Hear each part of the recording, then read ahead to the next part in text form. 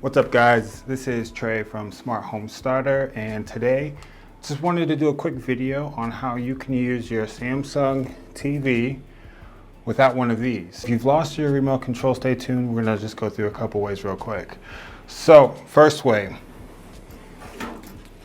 Now this is extremely manual, but what you can do is actually get a keyboard that's connected to a USB, and what you're going to do is connect this into the back of the TV in one of the USB ports, and this allows you to control the TV. Not the best use, but definitely an option. Now there's also buttons that we can use underneath the TV.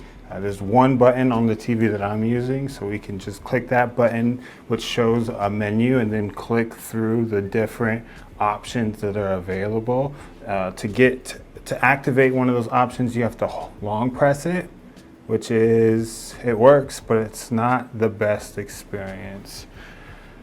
Now, what I recommend for a Samsung TV is using the SmartThings app. It's 150 times easier than everything else that I just went through. All right, so when you open the Samsung SmartThings app, you can pretty simply go to your devices. You can see that I have the Samsung TV here, and then from here, what I'm going to do, I hit the power button.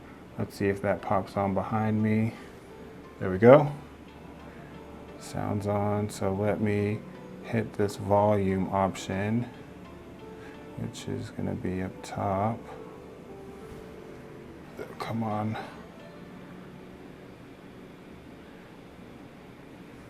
There we go. So the volume is going to be this section up top, then you have the home section, but you also are going to have this multi-directional, I don't even know what to call it, but basically it's swipe based. So instead of using these arrows on the side, you can just swipe through it, which is pretty cool.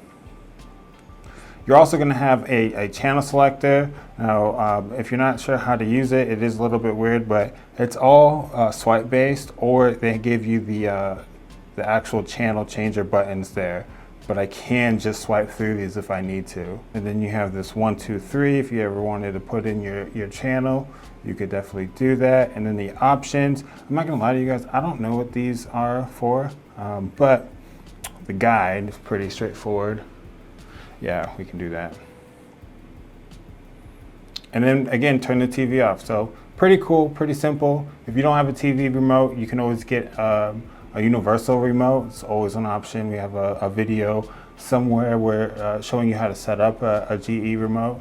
But that's all I have today. Just wanted to show you guys that real quick. Do me a favor if you could, like and subscribe, and we'll see you next time.